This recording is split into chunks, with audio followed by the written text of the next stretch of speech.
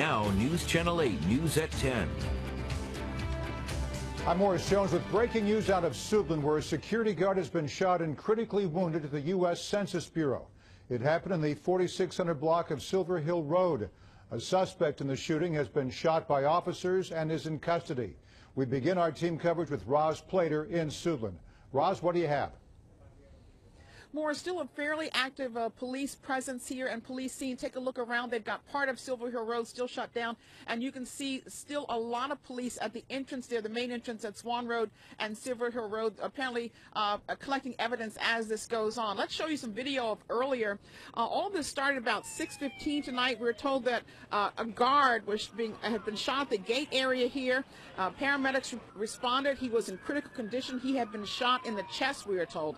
We arrived to find a massive police presence here concentrated at that front gate area. We saw SWAT officers with their weapons drawn position themselves around the campus here and in the street and in the parking lots across from that area, actively looking for a shooter. We were hearing from workers inside. They had been told to shelter in place, that there had been a shooting. And as the night wore on, we saw most of the activity focused on the parking garage at the front of the campus here. Tactical officers were searching the garage floor by floor. They brought in search dogs, and we heard a series of what sounded like bangs or small little explosions going off. It did not sound like gunfire in that same area.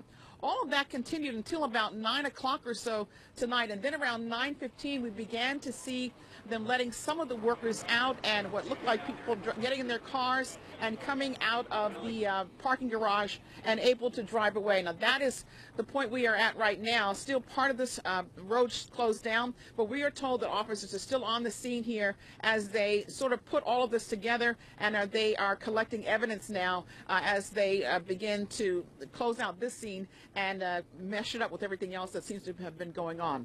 For now, we are live in Suitland. I'm Roz Plater, News Channel 8. All right, thank you, Roz. And we have a second team on the scene. Jay Korf is standing by live in Suitland with employee reaction. Jay, what are you hearing?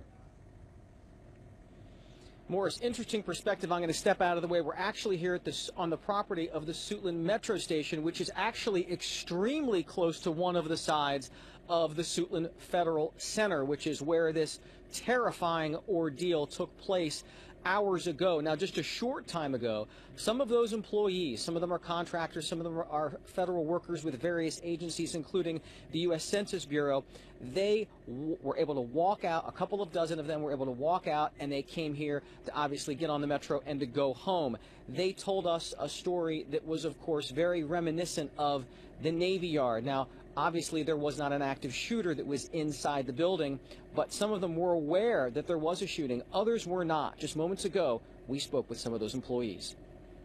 Thank God that he didn't make it inside, and I'm blessed for my safety that we have such a courageous staff here to protect us and ensure our safety from active shooters. I'm thankful.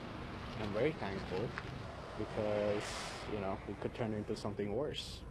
And I was prepared for something turning to worse and taking precautions and additional steps. I see these people every day, so I mean, you know, these are my coworkers. So it is. And there's two very strong and abiding emotions here, Morris. One, people are, of course, deeply concerned for the well-being of that critically wounded guard.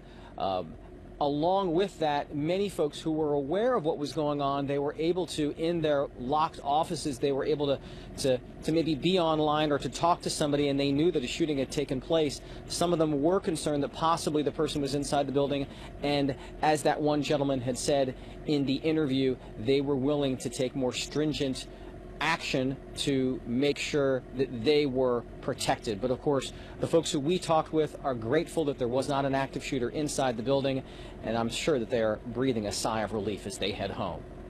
Korf, a lot of fear tonight. Thank you, Jay. We're learning that the suspect in the Census Bureau shooting led police on a chase through northeast D.C. where officers exchanged fire.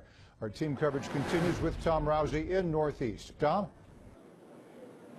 Well, Morris, it was a wild night at the Census Bureau, also a wild night here in Northeast. This actually all began in Northeast D.C. around 3rd and T, around 5:30 tonight, when police say they got a report of a kidnapping, a domestic kidnapping. Well, they say from there, apparently the suspect with the woman in the car went to the Census Bureau, and everything you've been hearing about happened there. But then, after the Census Bureau, sometime after 7 tonight, they spotted the car, and this is where it all ended up, here on 8th Street, after a chase through parts of the city.